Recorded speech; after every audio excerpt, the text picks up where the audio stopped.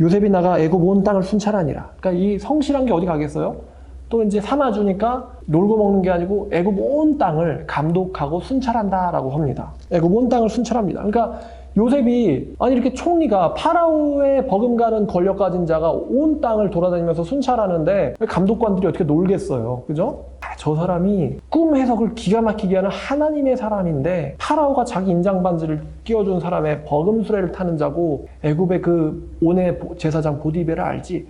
그의 딸 아스나과 결혼한 그 사람이야. 근데 그 사람이 순찰하러 오셨어. 그러면은 파라오의 그 감독관들이 어떻겠습니까? 벌벌벌 떠는 거예요. 벌벌벌. 이 사람이 이렇게 일하는데 어떻게 애굽의 이 감독관들이 놀겠어요? 그러니까 성을 짓고 성에 그 곡물 창고를 지어가지고 그 풍년 동안에 온 수확의 5분의 1을 다 저장하기 시작한 거예요. 총리가 이렇게 부지런하니까 그러니까 한 명이 똑똑하면요 나라가 먹고 사는 거예요. 한 명이 똑똑하면 나라가 먹고 사는 거예요. 대단한 일입니다. 전 여러분이 그런 사람 됐으면 좋겠어요. 자, 요셉이 애굽 왕 바로 앞에 설 때에 나이가 30세라. 기가 막힌 역전이 있었던 거예요. 보디발 장군에서 으뜸가는 사람이었는데 이 아내가 음모를 꾸미는 바람에 추락을 해버리죠. 감옥으로 떨어지는데 요셉이 내 인생 끝났다 이제. 난 사형한다고 다행이지 언제 여기서 나갈까. 이렇게 감옥에서 소망 없이 살던 요셉이 갑자기 한순간에 온 애굽이라는 제국의 총리가 됩니다. 기가 막히죠. 그러니까 이게 41장이 요셉의 승리, 요셉의 성공이에요. 모든 고난이 끝나는 거예요. 고난 끝났어도 일은 해야 돼요, 여러분. 성공했다고 성공했으니까 놀고 먹어야지. 그거는 하나님의 뜻이 아닙니다. 성공한 사람일수록 열심히 일하는 법이에요. 그가 바로 앞을 떠나 애굽 온 땅을 순찰하니 7해 풍년이 토지 소출이 심히 많은지라 요셉 애굽 땅에 있는 그 7년 곡물을 거두어 각 성에 저장하되 요셉이 다 했어요. 각 성읍 주위에 밭에 곡물을 그 성읍 중에 쌓아두면 그러니까 이게 지금 물류수송이라는 문제도 있거든요. 그래서 요셉이 아예 창고를 원산지 근처에다 지은 거예요. 그리고 그 원산지 근처에 사는 사람에게 나눠주려고. 그러니까 수송 문제도 해결했죠. 저장과 수송. 그 성읍 중에 쌓아둔 곡식이 바다모래처럼 심이 많아 세기를 그쳤으니 숙수가 한도 없으지 않음이라. 흉년이 들기 전에 요셉에게 두 아들이 낳았대요. 그러니까 풍년 기간 동안에 낳은 두 아들이 있었는데 곧 온의 제사장 보디베라의 딸 아스낫이 그에게 낳아준 자라. 요셉이 그의 장남의 이름을 므낫세라고 하였는데 이 므낫세라는 이름의 뜻이 잊어버림이란 뜻이에요. 잊어버림, 까먹었다 이런 뜻입니다. 잊어버림이라고 하였으니 잊어버림이 므낫세예요. 이는 하나님께서 내게 내 모든 고난과 내 아버지 집에 온 일을 잊어버리게 하셨다며. 잊어버렸다. 그러니까 내가 이 애굽에서 13년 동안 노예살이, 옥살이 한 거 다 잊어버리게 하셨다. 그러니까 얼마나 기뻤으면은 근데 그거 왜 일어났어요? 형들이 잘 팔아먹었잖아. 내 아버지 집에서 겪었던 일들을 다 잊어버리게 하셨다며. 그러니까 요셉이 속으로 갖고 있었던 모든 이 한이 다 풀린 거예요. 므낫세, 잊어버림. 근데 역설적으로 잊어버림이라는 뜻은 반대로 역설적으로 해석하면은 하나님은 요셉에게 하신 약속이나 꿈을 잊지 않으신다. 쥐구멍에 벼들었다 이거예요. 잊어버림. 반대로 하나님은 잊지 않으신다. 나는 잊어버렸다. 모든 하늘, 모든 고생을. 그리고 두 번째 차남의 이름을 에브라임이라고 지었는데 에브라임은 뜻이 열매 맺음이란 뜻이에요. 에브라임, 열매 맺음. 하나님께서 내가 수고한 이 땅에서 번성하게 하셨다 함이라. 열매 맺음. 모든 것을 잊어버렸고 번성하는구나. 열매 맺었구나. 라는 이름을 자기의 두 아들에게 지어줍니다. 자, 그렇다면은 요셉은 13년간 고생하면서 하나님을 잊지 않았다는 거예요. 잊지 않았다. 자, 애굽 땅의 7해 풍년이 그치고 여세의 말과 같이 7해의 흉년이 들기 시작하매 각국에는 기근이 있었으나 애굽 온 땅에는 먹을 것이 있더니 애굽 온 땅이 굶주림에 백성이 바로에게 부르짖어 양식을 구하는지라. 파라오가 애굽 모든 백성에게 이르되 요셉에게 가서 그가 너에게 이르는 대로 하라. 그러니까 요셉에게 가. 그러니까 요셉은 애굽 모든 국민들의 구원자 같은 거예요. 배고파? 그러면 요셉에게 가. 내가 요셉을 지었잖아. 그죠? 애굽 온 땅의 구원자 같은 사람이 바로 요셉이에요. 요셉에게 가서 그가 너에게 시키는 대로 해라. 요셉이 얼마나 똑똑하겠어요. 그러니까 제가 그랬죠? 요셉은 완전히 애굽의 모든 것을 섭정했다고. 근데 얼마나 충성스러운지 이 정도면 반역 일으킬 만하지 않습니까? 근데 요셉은 그러진 않았어요. 왜냐하면 반역과 반란과 배신은 하나님의 뜻이에요. 배신은 하나님의 뜻이 아닙니다. 여러분, 배신하는 자는 절대 하나님의 사람일 수가 없어요. 왜냐하면 하나님께서 파라오를 통해서도 구원을 주시거든요. 그런데 그걸 어떻게 배신합니까? 여러분, 다니엘이 배신했어요? 배신 안 했죠? 다윗이 배신합니까? 다윗이 사울왕 배신했어요? 어차피 저 권자 내 건데 하면서 배신합니까? 배신 안 합니다. 아무리 자기의 왕에게 약점이 있어도 배신하지 않아요. 그러니까 이제 파라오가 안심하고 맡겼던 거죠. 자, 그래서 이제 이때 흉년 때의 파라오는 아마도 세누스레트 3세 같아요. 우리 아빠가 세워준 총리가 기가 그러니까 그 사람이 어렸을 때에 요셉이 하는 걸 다 봤을 거 아니에요. 진짜 끝내주는 지혜를 가진 사람인데 그 사람한테 가세요. 그랬더니 온 지면에 기근이 있음에 요셉이 모든 창고를 열고 애굽 백성에게 양식을 팔기 시작했어요. 애굽 땅에 기근이 심하며 근데 이집트뿐만 아니라 각국 백성들도 양식을 살려고 애굽으로 들어와 요셉에게 이르렀으니 기근이 온 세상에 심했다라고 합니다. 그러니까 지금 여러분 옛날 그 4,000년 전이라고 해서 다들 바보들이 사는 게 아니에요. 측량과 기약, 피라미드도 만들 정도의 지식과 수학에 대한 지식이 있었고 또한 이 외교나 세계적인 정세 문제도 다 소문을 통해서 여러분 이스마엘의 사람들 또 미디안의 상인들 다 지금 애국과 거래하는 사람들이잖아요. 그럼 소문이 각국으로 쫙 퍼져나간단 말이에요. 그러니까 이집트라고 하는 초강대국이 어떠한 형편인지를 그 주변의 소국들은 다 알게 돼요. 지금 족장시대인데 이 족장시대의 족장들도 다 알게 된단 말이에요. 이 소문을. 그러니까 오늘처럼 그때 멍청했겠지? 아닙니다. 다들 똑똑했어요. 그래서 각국 백성들도 양식을 살려고 해요. 야, 애굽에는 말이지 지금 기근이 이렇게 심한데 말이야. 애국은 먹을 게 넘친데. 여러분 먹고 살 게 없는데 뭘 못하겠어요. 먹고 살 게 없는데. 그죠? 각국 백성들도 양식을 살려고 왔다라고 이야기합니다. 여러분 하나님께서 왜 요셉을 이렇게 높이셨을까? 하나님이 큰 계획이 있었죠. 요셉을 통해서 하나님께서는 이스라엘, 다시 말하면 야곱과 그의 집안을 구원하실 것이지만서도 하나님께서는요, 하나님의 사람 요셉을 통해서도 지금 애굽뿐만 아니라 각국의 백성들을 구원하고 계세요. 그러니까 한 명의 하나님의 뛰어난 영적으로 깨어있던 사람에 의해서 실력 있던 사람에 의해서 믿는 이스라엘 가족뿐만 아니라 안 믿는 백성들마저도 구원을 얻게 되는 거예요. 그러니까 하나님의 사람은 자기 믿는 사람들만 구원하지 않고 같이 곤란한 모든 인간들, 인류들을 구원한다는 것입니다. 참 놀라워요. 요셉을 통해서 전 세계가 구원을 경험합니다. 양식을 못 먹으면 죽어야 되니까 구원을 경험한다는 거예요. 요셉을 통해서. 자, 한번 정리할게요. 자, 1번 요셉이 어떤 사람입니까? 충직과 충성입니다. 절대 배신하지 않는다. 충성과 충직의 사람이에요. 그러니까 하나님의 사람은 사람들 앞에서도 뭐 해야 됩니까? 충성스러워야 한다는 것입니다. 심지어 내 상관이 믿지 않는 자다. 그래도 충성스러워합니다. 믿는 사람이니까 믿는 사람한테는 충성스럽고 믿지 않는 사람한테는 통수를 친다면 어찌 믿지 않는 사람이 하나님의 영광을 볼 수 있겠습니까? 파라오는 지금 요셉을 통해서 하나님의 영광을 보고 있어요. 이 사람과 같은 하나님의 사람이 없다. 그죠? 사브나빠네야. 뭔 뜻이에요? 하나님이 살아계시며 그가 말씀하신다라는 뜻이에요. 그 하나님이 누구의 하나님입니까? 파라오의 하나님이에요? 요셉의 하나님이에요? 요셉의 하나님이에요. 요셉에게 하나님이 계시는구나라는 것을 바로가 지금 고백하고 있어요. 신앙 고백. 그 증명으로 요셉에게 이름을 지어줍니다. 파라오가. 그러니까 요셉에게 충성과 충직이 있었기 때문에 안 믿는 파라오조차도 요셉에게서 하나님을 본 거예요. 충성과 충직이 있어야 됩니다. 두 번째, 요셉이 어떤 특징이 있어요? 13년 동안 고난을 당했어요. 이 정도면 하늘 품을만 하거든요. 이 정신 나간 내 형제들, 어떻게 형제를 팔 수가 있어 하면서 일을 갈 수 있어요. 그런데 요셉은 고난 중에서도 하나님을 잊지 않았어요.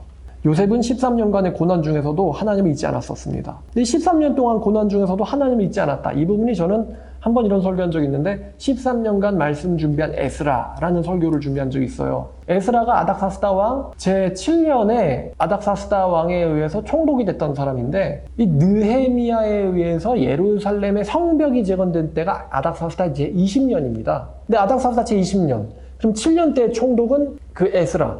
근데 에스라가요, 느헤미야가 성벽을 재건했을 때, 즉 아닥사스다 제20년에 느헤미야와 같이 하나님의 말씀을 선포하는데 느헤미야가 말씀을 선포하려고 13년 동안을 말씀을 가진 제자들을 양육을 해요.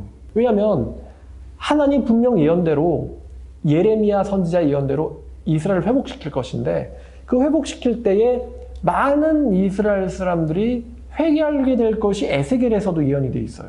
에스겔에서도. 근데 회개할 때 뭘 넣어줘야 됩니까, 여러분? 뭘 넣어줘야 돼요, 사람들한테? 말씀 넣어줘야 되거든요. 말씀에 훈련된 사람이 필요한데 첫 번째는 내가 훈련돼야 되고 두 번째는 혼자서 다 할 수 있어요? 없죠. 그래서 말씀에 훈련된 사람들, 즉 자신의 제자들을 길러냈어요, 에스라가. 그것을 13년간 에스라가 준비해서 아닥사스다 제20년의 종교개혁, 그러니까 기원전 445년입니다.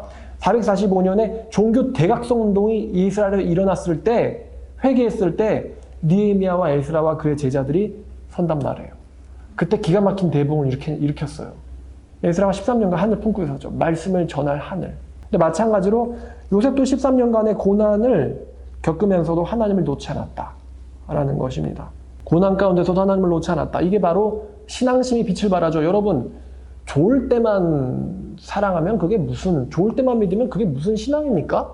누가복음에도 마태복음에도 있지만 죄인들도 자기를 사랑하는 자는 사랑한다고 했어요. 지옥 가는 사람들도 자기를 사랑하는 자를 사랑한다. 그러므로 좋은 일을 하나님이 주신다고 해서 하나님을 섬기면 그거 무슨 신앙입니까, 그게? 고난을 당했을 때도 여전히 하나님을 신뢰해야 그때 신앙심이 빛을 발하는 것 아니겠습니까? 그죠? 잘 됐을 때만 하나님을 믿으면 그게 무슨 신앙이에요? 그러니까 사자굴에 있을 때 다니엘이 아이고 정말 이딴 신앙이 어딨냐? 다니엘이 그랬어요? 아니면 다니엘 세 친구가 뭐야 하나님 믿었더니 무슨 풀무불이 앞에 있는 거야? 이러면서 하나님 욕했습니까? 고난일 때 그 사람의 신앙이 빛을 발하고, 다시 말하면 고난을 당할 때 그 사람이 진짜인지 아닌지가 드러난다는 거죠. 고난당할 때에도 하나님을 놓지 않았다. 이게 요셉의 신앙심이었어요. 하나님이, 아직 요셉이 영예를 받기 전이에요. 내 하나님이 당신에게 대답하실 겁니다. 그러니까 요셉은 하나님 믿는다는 거 안 믿는다는 거예요. 믿고 있다는 거죠. 그러니까 축복받으니까 믿기 시작한 게 아니고 여전히 믿고 있었어요. 고난 중일 때에도. 자, 두 번째, 요셉은 하나님을 잊지 않았던 사람이었다. 그럼 세 번째, 요셉은 지적이었어요. 하나님의 사람은 지성적입니다. 다시 말하면 실력파라는 거죠. 준비된 사람이었다는 겁니다. 하나님께서 요셉을 보디발의 집에서 준비시키시려고 했을 때 요셉은 최선을 다해서 하나님의 훈련을 받았어요. 그러니까 보디발이 그냥 요셉이 다 알아서 해. 그렇게 말했대잖아요. 그냥 자기 살림을 완전 요셉한테 맡긴 거예요. 요셉만 시키면은 자기 집이 그냥 복을 받으니까, 요셉 때문에 모든 것이 복을 받음을 보디발이 알고는 요셉에게 모든 걸 맡겼어요. 얼마나 요셉이 충성스러웠을 뿐만 아니라 실력이 있었습니까? 쟤한테만 맡기면 모든 게 다 증가된다. 번창한다. 실력파였어요, 요셉은요. 그러니까 이 사람은 약간 사기캐죠. 실력파, 지성, 그다음에 영적인 예지력, 통찰력, 사람 보는 안목, 또 이 미모, 그죠? 미모. 그러니까 이 보디발이 아니라 뿅 같죠? 미모, 모든 면에 있어서 요셉은 게다가 버금수레까지. 한번 처음 가서 보고 싶은 사람 여럿 있는데, 뭐 솔로몬도 있고 다윗도 있지만 요셉이 사실 원조격 아닙니까? 원조격 다윗 솔로몬 같은 사람이에요. 다니엘 같은 사람이에요. 사이키예요, 사이키. 자, 그래서 이제 요셉은 준비된 사람이었다. 실력파라는 거예요. 하나님의 사람은 준비된 사람이다. 자, 미혼의 청년 남녀 여러분들은 이런 사람 찾으셔야 됩니다. 하나님의 사람, 충성스럽다. 배신하지 않는다. 두 번째, 하나님을 잊지 않는다. 놓지 않는다. 고난 때에도. 세 번째, 실력이 있다. 물론 감옥에 있을 수도 있어요, 그런 사람. 누명 쓰고. 아니면 이제 어디서 계약직으로 종사를 할 수도 있어요. 실력파, 충성스럽다, 하나님을 신뢰하는. 요 세 가지가 정말 멋있는 점 아닙니까? 그럼 하나님이 띡 세우는 거예요. 그럼 여러분이 혹시 알아요? 여러분이 여자라면은 여러분이 이 스토리의 아스낫 같은 여자가 될 수 있고, 그 아스낫은 완전히 얼마나 좋습니까? 아빠 잘 뒀지, 남편이 지구 최고의 실력자, 그죠? 잘생겼어 또. 완전 뿅 가는 거죠. 여러분이 이 아스낫 같은 여자가 될지, 아니면 여러분이 청년 남성이시라면은 여러분들도 요셉처럼요. 세 가지 특징 제가 말씀드렸어요. 충성스러우세요. 여러분의 상관이, 여러분의 그 선임이 믿지 않는 자라고 해도 충성스러우세요. 이게 요셉이 그랬어요. 두 번째, 아무리 힘들어도 하나님 놓지 마세요. 세 번째, 훈련하세요. 훈련시키세요, 여러분 스스로를. 쥐구멍에도 벼뜰 날이 있습니다. 여러분이 하나님이 원하시는 대로 최선을 다해서 훈련하면 분명히 하나님께서 여러분들을 요셉처럼 구덩이에서 끌어올려가지고 총리로 세워줄 겁니다. 그리고 여자 문제는 아버지께서 책임지신다. 반대로 여자분들도 남자 문제는 아버지께서 책임지신다. 이런 사람이 되시고 이런 사람 찾으시길 바랍니다. 충성스럽고 하나님을 신뢰하며 그다음에 실력 있는 사람.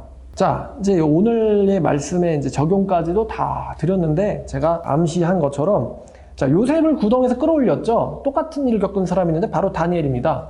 다니엘이요. 다니엘서 6장 23절을 보면은 이 당시의 왕이 누구냐?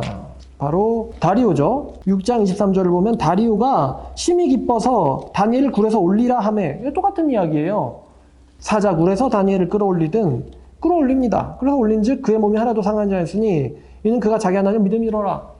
자, 파라오가 요셉에게 하나님께서 말씀하시고 그는 살아계신다라는 이름을 통해서 파라오도 요셉을 통해서 하나님께 영광을 돌렸던 것처럼 이 스토리에서 똑같이 다리오 왕도요 다니엘을 통해서 하나님이 살아계심을 경험합니다.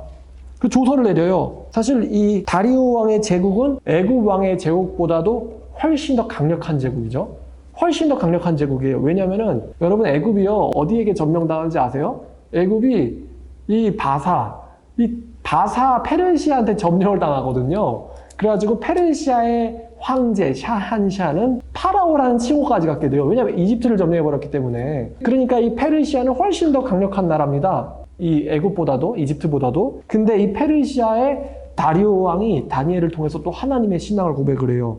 자, 24절에 왕이 말하여 다니엘을 참소한 사람들 끌어오게 하고 그들의 처자들과 함께 사자굴에 던져놓게 하였더니 그들이 굴바닥에 닿기도 전에 사자들이 그들을 움켜서 그 뼈까지 부서뜨렸더라. 이에 다리오 왕이 온 땅에 있는 모든 백성과 나라들과 언어가 다른 모든 사람들에게 조서를 내려 이르되 원하건대 너희에게 큰 평강이 있을지어다. 내가 이제 조서를 내리노라. 내 나라에 관할하는 사람들은 다 다니엘 하나님 앞에서 떨며 두려울지니 그 하나님은 살아계신 하나님이시요 영원히 변치 않으실 이시며 그의 나라 멸망하지 아니할 것이요 그의 권세는 무궁할 것이며 그는 구원도 하시며 건져내기도 하시며 하늘에서든지 땅에서든지 이적과 기사를 행하시는 이로써 다니엘을 구원하여 사자의 입에서 벗어나게 하셨음이라 하였더라. 이에 이 다니엘이 다리오 왕의 시대와 페르시아 바사 사람 고레스 왕의 시대에 형통하였더라.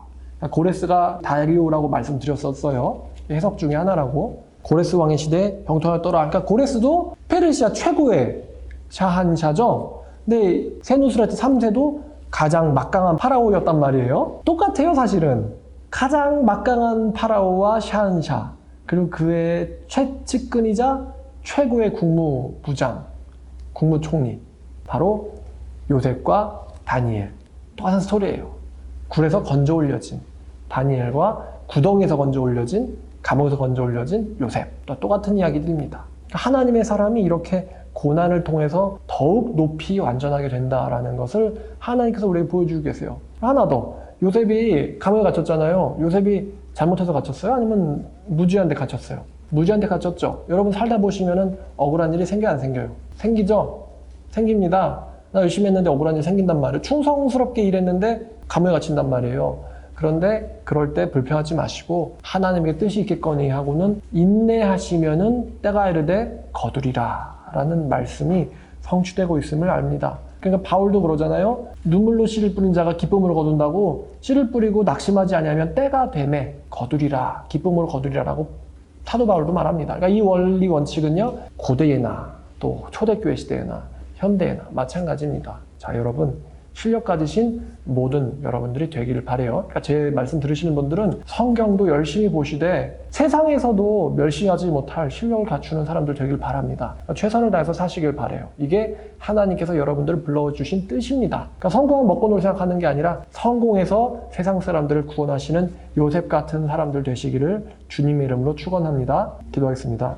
하나님, 우리 요셉 이야기를 통해서 우리 청년들과 또 우리 크리스천들에게 마땅히 해야 될 일들과 그 태도를 보여주시고 가르쳐 주심에 감사드립니다. 아버지, 오늘 말씀 통해서 하나님 우리가 요셉처럼 살 수 있도록 도와주시며 또 하나님께서 여전히 살아계시고 이 기근이라고 하는 고난 속에서도 하나님의 사람을 통하여 온 땅에 구원을 베푸시는 이 귀한 일들이 우리 가운데서도 일어나도록 주여 도와주시옵소서. 아버지, 고난이라고 해서 아버지를 모욕하는 것이 아니라 고난 가운데서 하나님을 찬송하고 하나님을 잊지 않는 요셉과 같은 신앙이 되기를 원하오니 아버지, 고난 속에서 참된 크리스천의 신앙 빛을 발하도록 주여 도와주시옵소서. 또한 지금 현재 고난 가운데 있는 청년들이나 크리스천들이 있다면 주님께서 돌봐주사 아버지 그들이 낙심하지 않게 하시며 하나님을 끝까지 붙잡을 수 있도록 도와주옵소서. 또한 지금 코로나로 한국뿐만 아니라 온 세계가 지금 고통을 받고 있는 가운데 주님 정말 우리 이 죄인들을 불쌍하게 여겨주시기를 바랍니다.